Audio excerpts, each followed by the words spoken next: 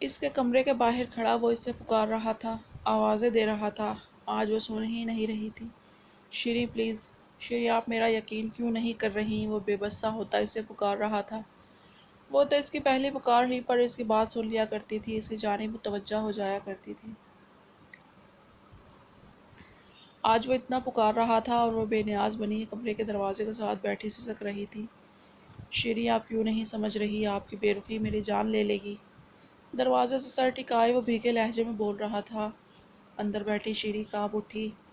اس کے لہجے میں کچھ تو تھا جو اسے تڑپا رہا تھا۔ آنسو صاف کر کے دروازہ کھولتی وہ اس کے مقابل آ کھڑی ہوئی۔ شیری بس ایک التجا ہے، یہ بس آخری التجا ہے شیری، آپ نہیں جائیں اس کے سامنے۔ آپ کسی کے سامنے نہیں جائیں، وہ آپ کو دیکھے گا تو میری سانسیں رک جائیں گی شیری، میں برداشت نہیں کر سکتا آپ پر کسی کی نظریں۔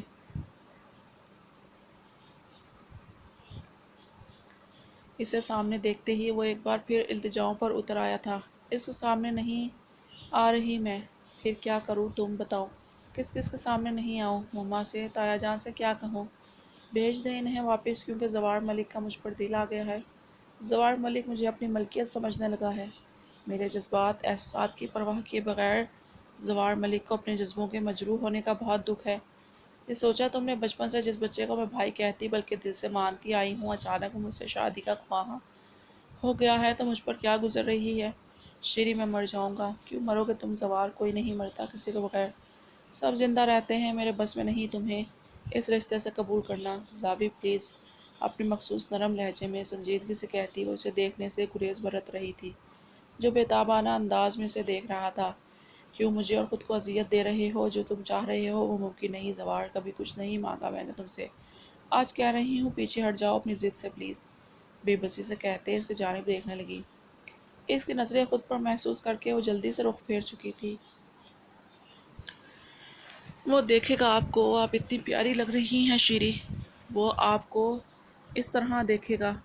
وہ نم آنکھوں سے اسے دیکھتا بڑبڑایا، ٹھیک ہے میں نہیں آؤں گا آپ کے راستے میں، جائیں آپ شوق سے اس کے سامنے۔ سلگتی نگاہیں اس پر ڈال کر وہ اپنے کمرے کی جانب بڑھ گیا۔ دروازہ بند کرنے کی زوردار آواز پر وہ اچھل پڑی، سہمی نگاہوں سے اس کے کمرے کا بند دروازہ دیکھ رہی تھی۔ اس کے کمرے میں جانے کے بعد وہ اندر آئی، ملازمہ نے آ کر خبر دی کہ نیچے مہمان آ چکے ہیں۔ آنکھوں میں مزید آنسو امڈ آئے تھے۔ خوب سارا رو لینے کے بعد چہرے پر پانی کے چھپاکے مار کر اس نے رگڑ رگڑ کر باقی ماندہ میک اپ بھی صاف کیا۔ کھلے بالوں کو ڈھیلی سی چوٹی کی شکل دے دی۔ وہ آپ کو دیکھے گا شیری، اس کے الفاظ مسلسل کانوں میں گونج رہے تھے۔ کسی کے سامنے تو جانا ہے زوار، بار بار کی اذیت سے یہی بہتر ہے۔ آنسو صاف کرتی وہ خود کو کمپوز کرتی دوپٹہ سلیقے سے سر پر جما کر ڈرائنگ روم کی جانب بڑھ گئی تھی۔ سدرا بیگم اس کا سادہ رویا رویا چہرہ دیکھ کر ٹھٹکی ضرور تھی، مگر مہمانوں کی موجودگی کی وجہ سے وہ کچھ کہہ نہیں سکی۔ السلام علیکم، دھیرے سے سلام کرتی وہ سدرا بیگم کے پاس آ کھڑی ہوئی تھی۔ سلام کا جواب ان دو خواتین کے ساتھ بھاری مردانہ آواز میں بھی آیا تھا۔ شیریں آج بھی طبیعت ٹھیک نہیں ہے بیٹا؟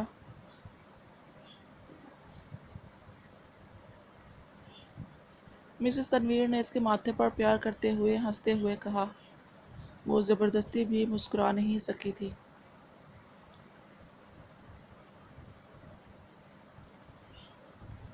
دوسری جانب بیٹھے مرد کی موجودگی محسوس کرتے ٹانگیں ویسے ہی کانپنے لگی تھیں۔ جی ٹھیک نہیں ہے طبیعت، وہ بامشکل بولتی ان کے برابر بیٹھ گئی۔ بھائی سدرا، آج تو میں اپنی بیٹی کو اپنے حارث کے نام قید کرنے آئی ہوں۔ اتنی پسند آئی ہے مجھے شیری، میں نے تو اسے پہلے ہی بتا دیا تھا۔ صاحبزادے بھی تصویر ہی پر راضی ہو گئے تھے۔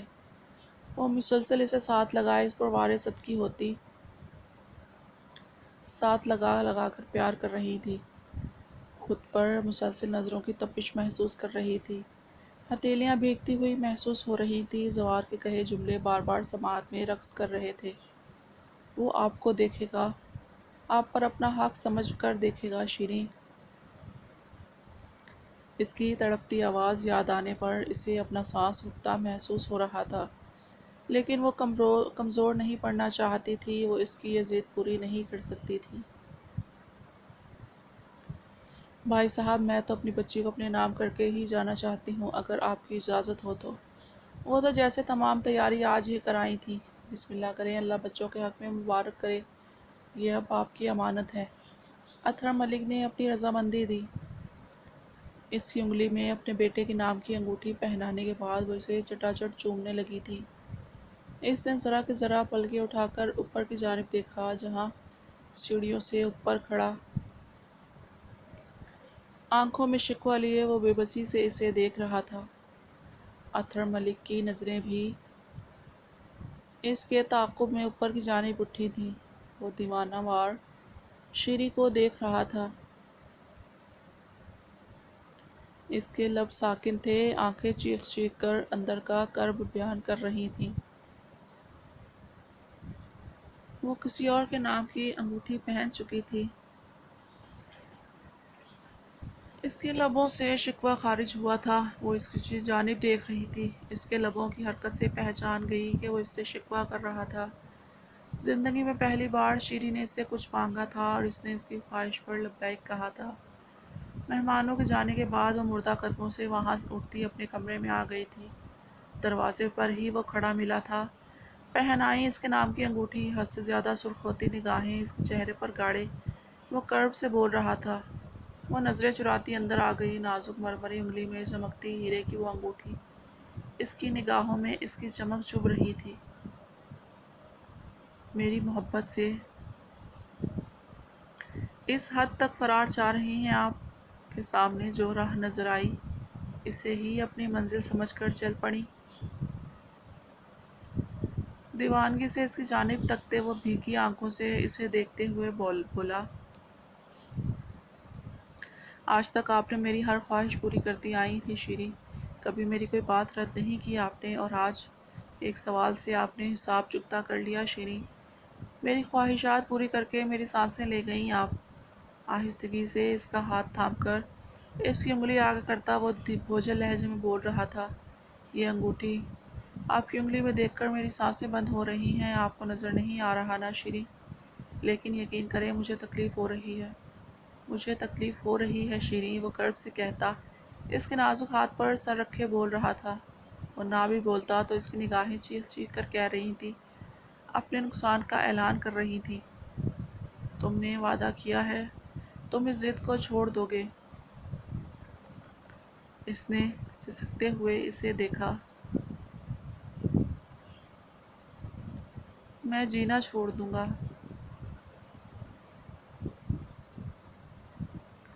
انگوٹھی پر لب رکھتے وہ کرب سے بولا، وہ سو جان سے کانپ اٹھی۔ آخری غلطی سمجھ کر معاف کر دیں، آج انگوٹھی پہن آئی ہیں، لیکن جس دن آپ کا وجود اس کے نام ہوا نا شیری افضل ملک، اس سے پہلے میری سانسیں آپ کے ہاتھوں میں ہی دم توڑیں گی۔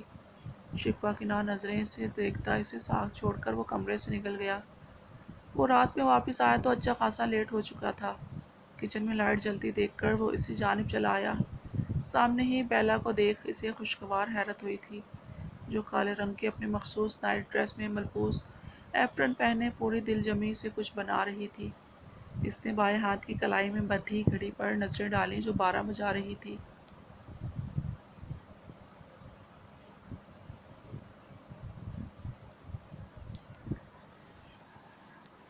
وہ دبے قدموں چلتا کاؤنٹر پر آ کھڑا ہوا، نظریں اس کے چہرے کا طواف کر رہی تھیں، جو اوون میں سے بیک شدہ کیک نکال رہی تھی۔ کاؤنٹر پر نظریں دوڑائیں جہاں پہلے ہی پھولوں کے ایک بکے کے ساتھ کیک کی سجاوٹ کی ساری چیزیں سلیقے سے رکھی ہوئی تھیں، جیلی، کریم، چاکلیٹ چپس، ملک چپس اور بھی نہ جانے کیا کیا۔ تمام چیزیں سرخ اور سفید رنگت کی سجی تھیں، شاید وہ فراسٹنگ سرخ اور سفید کی رنگت کی کرنے والی تھی۔ آپ نے دیدے پھاڑ کر میرے معصوم کیک کو نظر لگا لی ہو تو یہاں سے چلتے بنے۔ فریج سے پائن ایپل کا ٹن پیک نکالتی وہ اطمینان سے بولی۔ وہ خجل سا ہوتا سر پر ہاتھ پھیر کر رہ گیا۔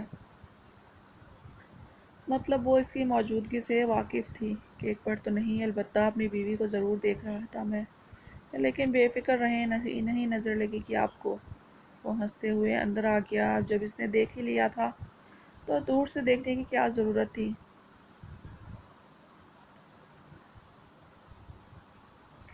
اتنی رات میں آپ کو بیکنگ کی ضرورت کیوں محسوس ہوئی ویسے؟ وہ دوستانہ انداز میں بولا، جیسے ہمیشہ سے ان کے درمیان اتنے ہی خوشگوار تعلقات رہے ہوں۔ یہ آپ کا ہیڈک نہیں ہے، میں کچھ بھی کرتی ہوں اپنی خواہش کے تحت کرتی ہوں، نہ کہ ضرورت کے تحت۔ وہ ایک ترچھی نگاہ اس پر ڈالنے کے بعد دوبارہ اپنے کام میں مصروف ہو چکی تھی۔ اس کی نظریں بے ساختہ اس کی انگلیوں پر ٹھہر سی گئیں، نازک مخروطی انگلیاں جن کی پورے حد سے زیادہ سرخ تھیں، گلابی ہتھیلیاں، دل بے ساختہ ان کی نرمی محسوس کرنے کی خواہش کر اٹھی تھی۔ وہ اسے بتا نہیں سکا، اس کی انگلیاں بہت خوبصورت ہیں، آپ یہاں سے جائیں، آپ کی موجودگی مجھے ڈسٹرب کر رہی ہے۔ اسے یوں اپنی جانب تکتا دیکھ اس نے غصے سے اس کی جانب دیکھا۔ یہ پھول بہت خوبصورت ہیں، بیلا کے پھول کہاں سے لیے آپ نے؟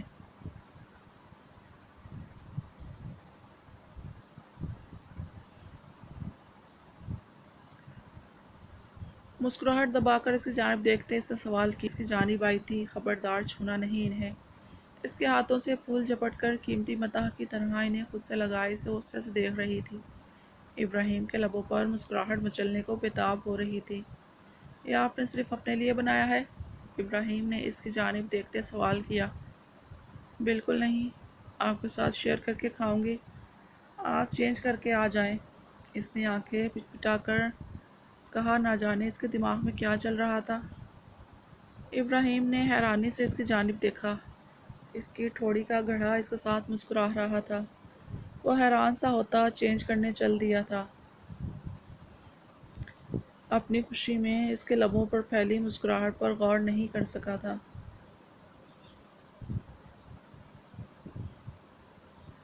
شلوار قمیض پر اپنے شال کندھے پر ڈالے وہ نکرا نکرا سا آیا تو ٹیبل پر کیک رکھے بیٹھی ہوئی تھی۔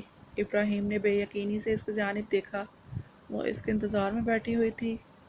یہ لیں کھائیں، اسے بیٹھنے کا اشارہ کرتی وہ دونوں ہاتھوں سے پلیٹ اس کی جانب کر کے مسکرا کر بولی۔ وہ تو ابھی پہلے ہی جھٹکے سے نہیں سنبھلا تھا اور اس پر اس کا یوں مسکرا کر دیکھنا۔ اس نے مشکوک نظروں سے اس کی جانب دیکھا۔ وہ مسکراتی ہوئی اسے ہی دیکھ رہی تھی۔ اس پل وہ اتنی سادہ اور معصوم لگ رہی تھی کہ اپنے ہاتھوں سے زہر بھی دیتی تو شاید وہ انکار نہ کرتا۔ سر کو خم دیتے ہوئے اس نے کیک کا ٹکڑا منہ میں ڈالا۔ آنکھیں بند کیے کیک کا مزہ اور ذائقہ محسوس کرنے کی کوشش کرتے، اگلے ہی پل وہ بری طرح کھانس رہا تھا۔ کیک کے درمیان میں بیلا نے بھر بھر کر سرخ مرچیں ڈالی تھیں۔ اس کا چہرہ بری طرح سرخ ہونے لگا تھا، جبکہ آنکھوں سے مسلسل پانی بہہ رہا تھا۔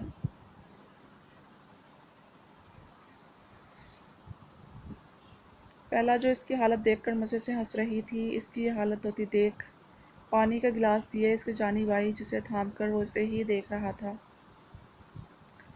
جو ہنسی ضبط کرنے کی کوشش میں سرخ ہو رہی تھی۔ اس کی جانب دیکھتے اس نے باقی بچا ہوا کیک بھی منہ میں ڈالا۔ اس کی یہ حالت دیکھ کر اگر وہ خوش ہو رہی تھی تو یہی صحیح۔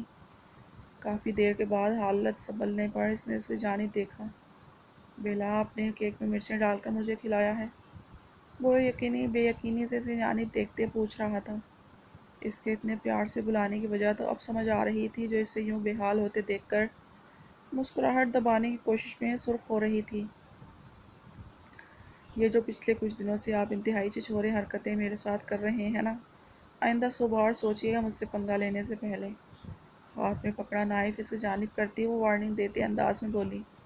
اسے تو پیچھے رکھیں، لگ گئی تو میرا ہی نقصان ہوگا۔ مجھے پورا بھروسہ ہے آپ کو بیوہ ہونے کا ذرا ملال نہیں ہوگا۔ وہ جلدی سے پیچھے ہوا، اس کی دہشت گرد بیوی کا کوئی بھروسہ نہیں تھا، وہ اس کی گردن ہی پر پھیر دیتی۔ آئندہ میرے ساتھ کرائی کے شاہ رخ خان بننے کی کوشش سے گریز کیجیے گا، ورنہ مجھے کوئی ملال نہیں ہوگا بیوہ ہونے پر۔ وہ پرسکون انداز میں کہتی کاؤنٹر سے پانی کی بوتل بھی لیتی ہوئی نکل گئی۔ بیلا، پانی تو دے جائیں، ظالم! وہ جلتے لبوں پر زبان پھیرتے اسے پکارتا ہوا پیچھے گیا۔ رکیں! اس کی کلائی پر اپنی گرفت میں لیتے وہ سنجیدگی سے بولا۔ وہ ٹھہر کر اس کے دیکھنے لگی۔ اگر مجھے یوں دیکھ کر آپ ہنستی ہیں، آپ کو خوشی ہوتی ہے، تو میں روز آپ کے ہاتھ سے بنا یہ مرچوں والا کیک کھانے پر تیار ہوں۔ اس کی آنکھوں میں دیکھتے وہ سنجیدگی سے بولا۔